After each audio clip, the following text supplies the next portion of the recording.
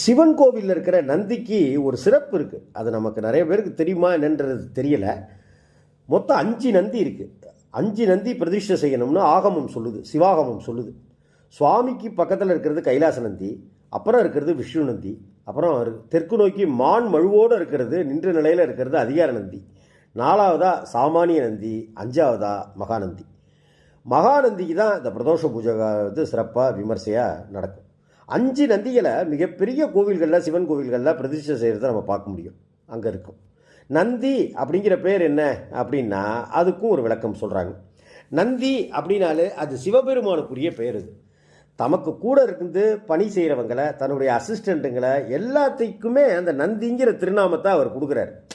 ஈஸ்வர பட்டம் கொடுக்குற மாதிரி நந்திங்கிற திருநாமத்தை அவங்களுக்கு கொடுக்குறார். அதனால தான் நந்தி அப்படிங்கிற பேர் பெரிய அளவுக்கு பிரதோஷத்தில் முக்கியத்துவம் வாய்ந்ததாக கருதப்படுகிறது.